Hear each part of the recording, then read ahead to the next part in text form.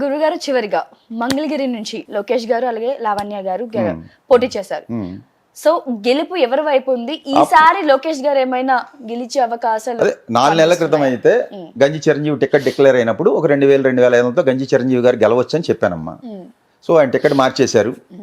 Chiranjeevi seat చినిగిపోయి Murugudu Lavanya వచ్చింది అక్కడ. మరి ఎందుకు జరిగిందో ఇప్పుడైతే నాకు కనబడే ఇదిలో ఒక 2,500లో లోకేష్ గారే గెలవచ్చు అని చెప్తున్నాను. అది ఈసారి అయితే గెలుపు ఉంది, గెలవచ్చు. పిఠాపురం నుంచి మనకు తెలిసిందే పవన్ కళ్యాణ్ గారు, వంగగీత గారు పోటీ చేయడం జరిగింది. గెలుపు ఎవరి వైపు ఉంటుంది ఈసారి? పిఠాపురం నుంచి పవన్ కళ్యాణ్ గారు గెలుస్తారా? అసెంబ్లీకి వెళ్ళే ఛాన్సులు ఉన్నాయా? నేను ఎప్పుడో చెప్పానమ్మా, అక్టోబర్ 11 వచ్చిన వీడియోలో సుమన్ టీవీలో, పవన్ కళ్యాణ్ గారు కూటమిలో వెళ్తే గెలుస్తారు, ఒంటరిగా వెళ్తే గెలవరని చెప్పాను. అది ఆన్ రికార్డే ఉంది. ఇప్పుడు కూడా కూటమిలో వెళ్ళారు కాబట్టి గెలిపే అవకాశాలే ఉన్నాయి ఆయనకి, అసెంబ్లీలోకి అడుగుపెట్టే అవకాశాలే ఉన్నాయి. దేశవ్యాప్తంగా అధికారంలోకి వచ్చే పార్టీ ఏది?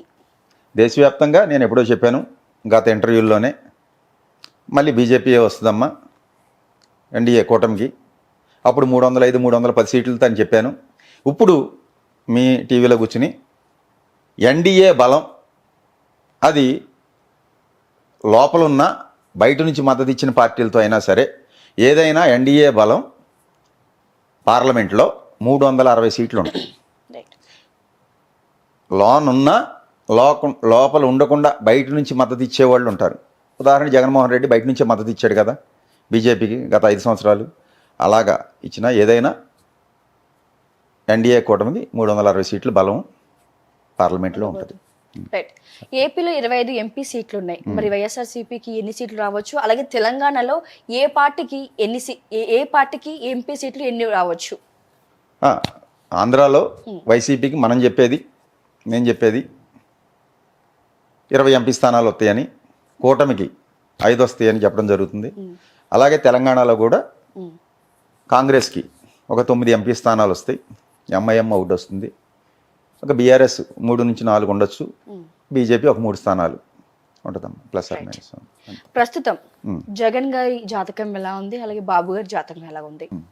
జగన్ గారి జాతకం అయితే ప్రస్తుతం ఆయన కన్యా లగ్నం, ఆరుద్ర నక్షత్రంలో పుట్టాడు.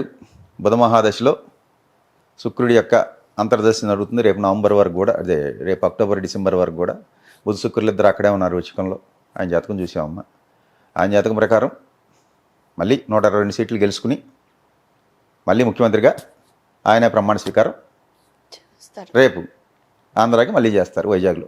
Right. So CM Revanth Reddy గారు ఇందాక మనం డిస్కషన్ చేసుకున్న ప్రకారంగా 5 ఏళ్ల పరిపాలనలో ఉంటారని కొంతమంది, ఉండరు అని కొంతమంది, మధ్యలో దిగిపోతారని కొంతమంది. ప్రస్తుతం ఆయన జాతరీత్యా ఆయన సిచ్యువేషన్ ఎలా ఉండబోతుంది? నేను చూశానమ్మా ఆయన జాతకం, వేరే విశ్లేషణలో చెప్పాను.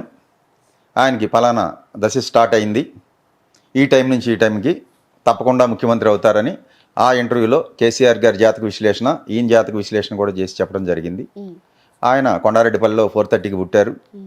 ఈ లగ్నం మేషలగ్నం, సప్తంలో ఈ గ్రహాలు ఉన్నాయని, షష్టాధిపతి సప్తంలో ఉన్న బుధ మహాదశ ప్రారంభం అయింది, అయ్యాకే ఈయనకి సీఎం యోగం వస్తుందని చెప్పడం జరిగింది. అలాగే వచ్చారు. ఈయన పూర్తికాలం మీకు లైవ్లో చెప్తున్నాను, పూర్తికాలం 5 ఏళ్ళు సీఎంగా కొనసాగుతారు. ఇంతకుముందు కూడా 2014లో కేసీఆర్ గారు అవుతారని చెప్పాను. 2019లో 18 డిసెంబర్ 13న కేసీఆర్ గారు మళ్ళీ ప్రమాణ స్వీకారం చేస్తారని చెప్పాను. అలాగే చేశారు. ఆయన రేపు సాయంకాలానికి దిగిపోతారని చెప్పాను, అదే జరిగింది. అది రేపు 2019లో కూడా జగన్మోహన్ రెడ్డి గారికి 126 ఎమ్మెల్యే సీట్లు ప్లస్ 21 ఎంపీ సీట్లు వస్తాయి అన్నాను. నన్ను అందరూ వీడు ఏదో అని చెప్పి ట్రోల్ చేసి అన్నారు. సరే వచ్చాక తెలిసింది కదమ్మా, రేపు కూడా వచ్చాకే తెలుస్తుంది. ఈలోపు ఈ 10 రోజుల్లో 15 రోజులు ఉంది మన వీడియో వచ్చేటప్పటికి రిజల్ట్ వస్తుంది. 15 రోజుల్లో కామెంట్లు చేస్తూనే ఉంటారు, వాళ్ళందరినీ మనం పట్టించుకోమమ్మా. ఇది తెలంగాణలో బీఆర్ఎస్ పార్టీ అంతమైపోతుంది, ఇంకా కేసీఆర్ జైలుకి వెళ్తాడు అని అంటున్నారు. ప్రెసెంట్ కేసీఆర్ గారి జాతక ప్రకారంగా ఆయన సిచ్యువేషన్ ఎలా ఉండబోతుంది గురు? అదే సిచ్యువేషన్ అయితే బాగోలేదమ్మా. నేను చెప్పాను అక్టోబర్ 9 నుంచి ఎప్పటి నుంచో ఆయనకి బాగోలేదు, బ్యాడ్ టైం స్టార్ట్ అయిందని. సో ఆ తర్వాతే డిసెంబర్ 19 వరకు ఉంది అది ఆ గ్రహం. ఆ జరిగే కాలంలో ఇబ్బంది ఉంటుంది అన్నాను. అదే టైంలో దిగిపోయారు, ప్లస్ పడిపోయి ఆయనకి సర్జరీ అయింది కూడా డిసెంబర్ 19 ముందే. సో ఆయనకైతే 2028 వరకు కూడా ఈ పార్టీ అయితే ఉంటుంది. ఆ తర్వాత ఆలోచించాలి ఉంటుందా ఉండదా అనేది. రైట్. ఇది ఒక పర్సనల్ క్వశ్చన్ గురువు గారు మీ గురించే. మీ దగ్గర ఉన్న ఒక మంత్రదండం ఒక వింతగా ఉంది, అసలు నేను ఎప్పుడు కూడా చూడలేదు దాన్ని. సో దాంతో జాతకం ఎలా చెప్తారు? దాంతో జాతకం చెప్పడం కాదమ్మా, భవిష్యత్తు చెప్తున్నాం. రేపు అదే జాతకం అనేది కాదు ఇక్కడ. జాతకం అంటే హారోస్కోప్ కావాలి, గ్రహాలు ఇవి అవి. అది డివైన్ ఆస్ట్రాలజీ అని చెప్పి విశ్వంలో ఉన్న శక్తికి, విశ్వంలో ఒక శక్తి నడిపిస్తుంది కదా, దానికి కనెక్ట్ అయ్యేదే. అది ఒక ఇన్స్ట్రుమెంట్ మంత్రదండం అనేది నేను చూసేది. ఇదంతా జనాల్ని మోసం చేయడానికి కానీ కొంతమంది చెప్పిన ప్రజలకి మీరు ఇచ్చే సమాధానం ఏంటి? తప్పే ఉందండి, యద్భావం తద్భవతి. ఇప్పుడు మీరు మోసం చేస్తున్నారు అనుకున్నారు అనుకోండి, నాలో ఒక మోసగాడు కనపడతాడు. ఇప్పుడు నేను పలికేది సత్యం అనుకోండి, నేను చెప్పింది జరిగింది చాలామందికి, వాళ్ళందరూ ఏమనుకుంటారు, ఓహో ఈయన చెప్పింది జరిగింది అని అనుకుంటారు కదా. అది ఇక్కడ నేను జనాలను మోసం చేసి నేను డబ్బులు సంపాదించుకుని నీకు ఆ పూజలు చేయాలి, ఈ హోమాలు చేయాలి, 10 లక్షలు పట్టురా, 12 లక్షలు అవుద్దని నేనేం చెప్పట్లేదు కదా.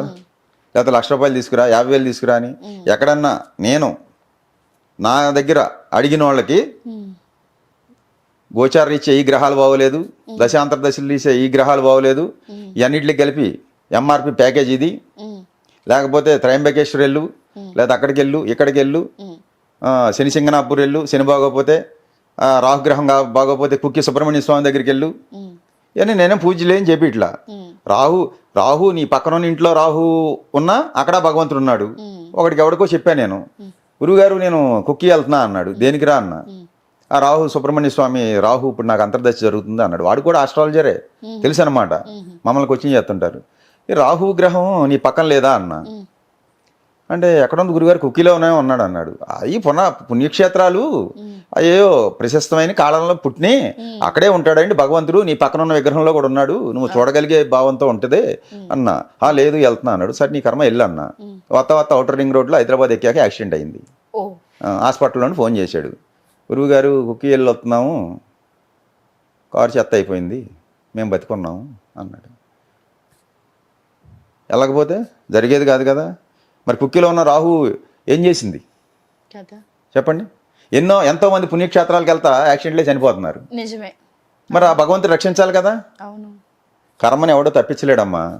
ఇక్కడ మేము కూర్చుని నేను చెప్పినా, ఇంకోటి చెప్పినా, ఎవడో చెప్పినా కబుర్లు చెప్తాం తప్ప కాలక్షేపానికి జనాలకి ఈ కర్మని ఎవడో తప్పించలేడు. ఇప్పుడు అక్కడ జగన్మోహన్ రెడ్డికి అవ్వాలని ఉంది, అదే అవుద్ది. అర్థమైందండి. దాన్ని నాకు ఇష్టం ఉన్నా లేకపోయినా ఎవడన్నా తప్పించలేము, దీన్ని ఎవడో మార్చలేము. ఏమి రాసి ఉంటుంది, ఫిక్స్ అయిపోయి ఉంటుందండి, అదే జరుగుద్ది. దానికి తగ్గట్టే ఆ జీవుడు డ్యాన్సులు వేస్తాడు. అర్థమైందండి. నేను ఆడతా అనుకునేది అజ్ఞానం.